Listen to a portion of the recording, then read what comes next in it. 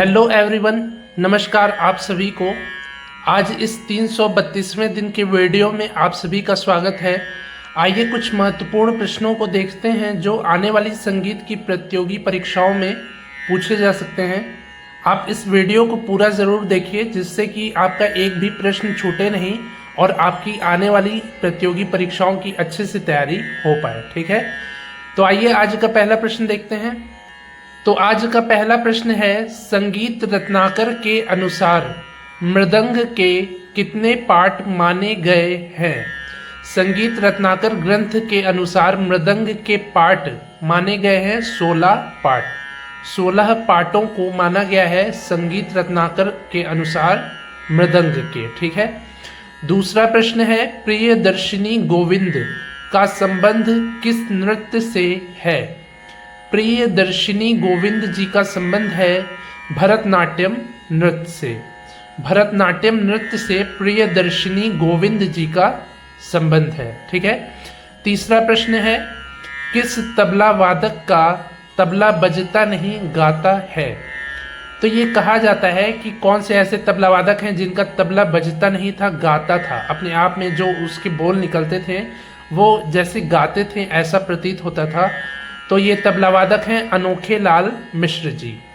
अनोखे लाल मिश्र जी के तबले के बारे में लोगों का कहना है कि इनका तबला बोलता नहीं गाता था, वादन नहीं करता था, गाता था। ठीक है, इसके बाद चौथा प्रश्न है, जब किसी क्रमबद्ध तालबद्ध विधि से एक के बाद एक कई रागों का समावेश किया जाता है तो वह क्या कहलाता है? तो जब किसी क्रमबद्ध और तालबद्ध विधि से एक के बाद एक कई रागों का समावेश किया जाता है तो इसे कहते हैं राग माला। इसके बाद पांचवा प्रश्न है, नाद के कितने भेद हैं? नाद के 2 भेद होते हैं, आहत नाद और अनाहत नाद। ये नाद के भेद हैं, 2 भेद, आहत नाद और अनाहत नाद। छठा प्रश्न है, किन्नरी वीणा प्रचलित थी। किन्नरी वीणा प्रचलित थी 13वीं शताब्दी में। 13वीं शताब्दी में किन्नरी वीणा प्रचलित थी। सातवां प्रश्न है, वैदिक युग में यज्ञों के प्रमुख गायक क्या कहलाते थे? तो वैदिक युग में यज्ञों के जो प्रमुख गायक होते थे उनको उद्गाता कहा जाता था। उद्गाता कहते थे वैदिक युग में यज्ञों के प्रमुख गायकों को। ठीक है, आठवां प्रश्न है, आधुनिक ग्रंथकार अपना प्रत्येक शुद्ध स्वर कौन सी श्रुति पर स्थापित करते हैं? आधुनिक ग्रंथकार जो हैं ये अपने प्रत्येक शुद्ध स्वरों को पहली श्रुति पर स्थापित करते हैं।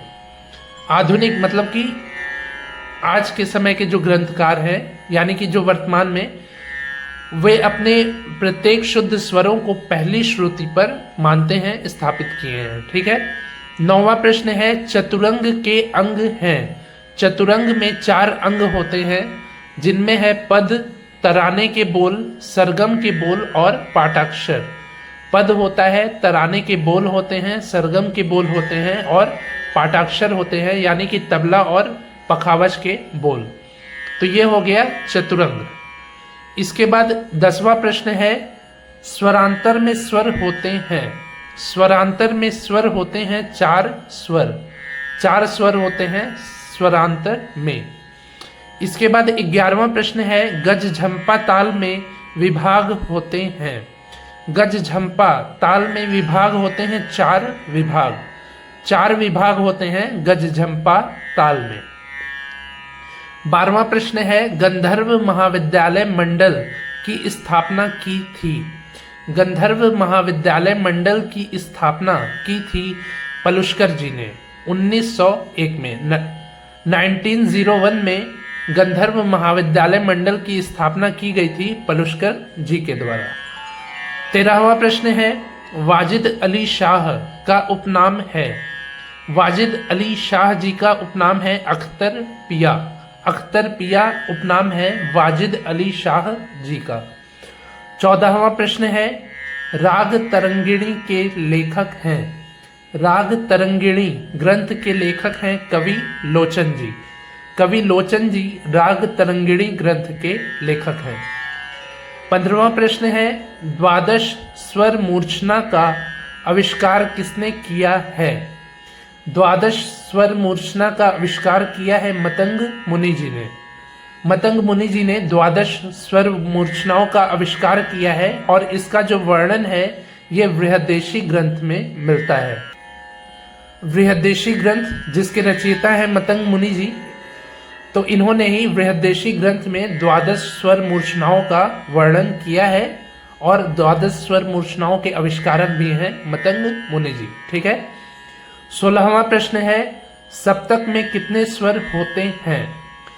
सप्तक में स्वर होते हैं 7 स्वर। प्रत्येक सप्तक, चाहे वो मंद्र सप्तक हो, मध्य सप्तक हो या तार सप्तक हो, प्रत्येक सप्तक में 7 स्वर होते हैं और इनके अलावा 5 स्वर अलग से होते हैं, रे ग ध नि कोमल मध्यम तीव्र। ठीक है।